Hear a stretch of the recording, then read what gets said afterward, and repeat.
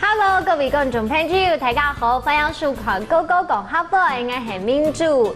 今日民主我來教大家做兩個料理誒，很特別哦，就是我們高雄民農嘅第三個一個亞蓮。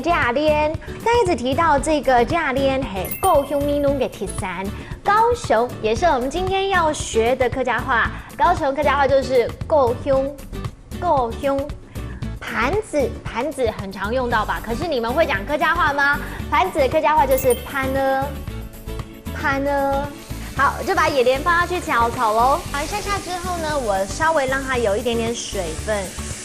然後接下來呢，我要放剛才說最棒的配角就是鳳梨豆醬，點下去就很有味道了吼。最後面我們來挑戰學一整句的客家話，就是野蓮是高雄美濃的特產。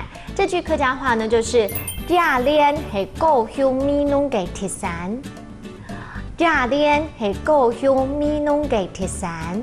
到底我做這個亞蓮呢，好不好吃？邀請到我們的阿六狗當我們的試吃員。阿六狗本身也是客家人，對不對？對。啊，你會做菜嗎？不會，比較少，沒關係。那今天這炒野蓮給你獨享。好吃。謝謝，好緊張哦。剛才說到這個野蓮呢，是高雄美濃的特產。這句話其實也是我們今天要教觀眾朋友講的一整句客家話。亞蓮係高雄美濃嘅特產。亞蓮係高雄美濃嘅特產。對 ，Hello， 各位朋友們，講到這個野蓮，你第一個一定聯想到就是高雄美濃。其實啊，種植野蓮非常的辛苦，民主我親自去栽植過，非常的難拔哎。好，當然了，我們今天學到這新菜色，也認識了新的詞，一起來複習一遍客家話嘍。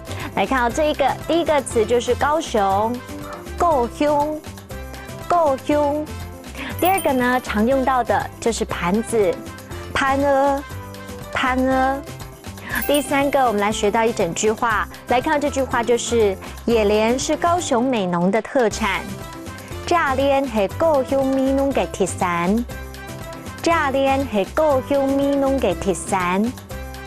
哇哦，這道菜呢其實非常的好下手，清炒就非常的爽脆清甜了。下次自己動手做做看吧。再見了，拜拜。